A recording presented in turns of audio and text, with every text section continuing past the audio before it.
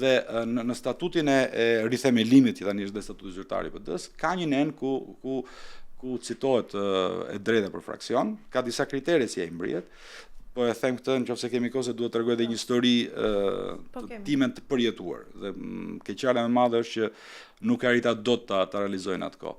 Me përfundimin e kalvarit të Vulës për legjitimimin, drejtimin legjitim të PD-s, Basha, Berisha, kjo andej, dherën e vjetshme.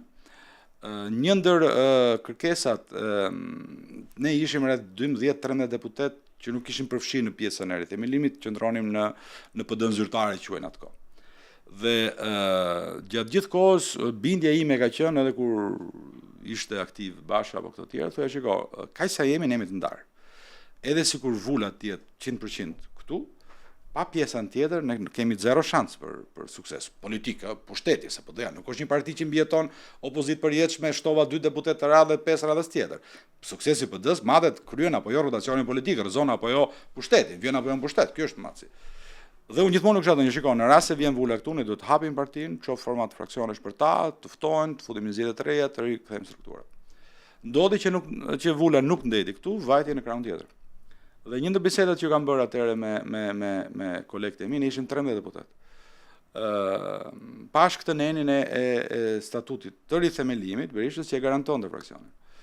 Dhe në atë kohë, një ndër propozimet e mia, unë insistova fort në këtë, ishte që pjesa tjetër të qëndronte, të rikthehej, të njihte legjitimitetin e Vulës, por të ishte një fraksion në Partinë Demokratike. Në atë kohë dhe për shkak njohjeve të mia personale të vjetra, që nga historitë e vjetra hershme të PD-s kemi qenë të ri me Flamur Nogën, sekretar përgjithshëm sot, e marr dhe i them, shiko Flamur, keni çfarë do bëhet, si do bëhem, thot hajdeni, bashkohemi, patjetër.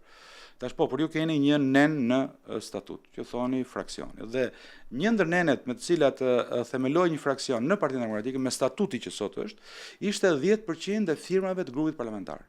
Pra mjaftoni rreth 10 firma deputetësh që në mënyrë automatike të krijojë një fraksion brenda partisë. Dhe pastaj fraksioni merrte përfaqësimin e vet në bazë një marrëveshjeve, rregullash që e përcaktonin. Po Flamuri po e zbatojmë. I thash, okay, por në atë kohë Berisha izoluar. Thash, po të lutem do të konsultohesh dhe me kryetarin, me Berishën, se kjo nuk është çështje personale e marrëdhënieve tona.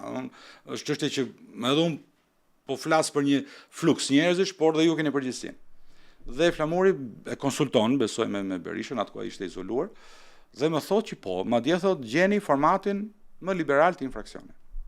Dhe unë merrem ja 3-4 ditë, studioja shoh dhe gjej që Partia Republikane Amerikane, e dija historinë, por pash dhe mënyrën, Partia Republikane Amerikane ka një fraksion të madh brenda vetes, që është Tea Party, partia e çajit, po është Tea Party. Është në fakt fraksioni që nxori Trumpin, mbështetësit e Trumpit. Ata funksionojnë si parti krejt paralele. Krejt paralele.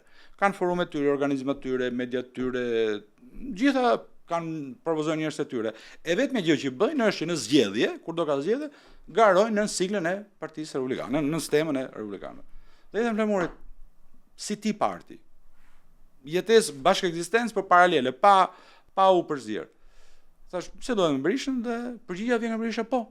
Le ta bëjmë në atë format dhe e sanksionojmë. Dhe madje ka patur një miting në një korik të paraditshme që Berisha foli nga balkoni dhe ka përmendur këtë që ta bashkojmë PD-n nën modelet e fraksioneve të ndryshme amerikane.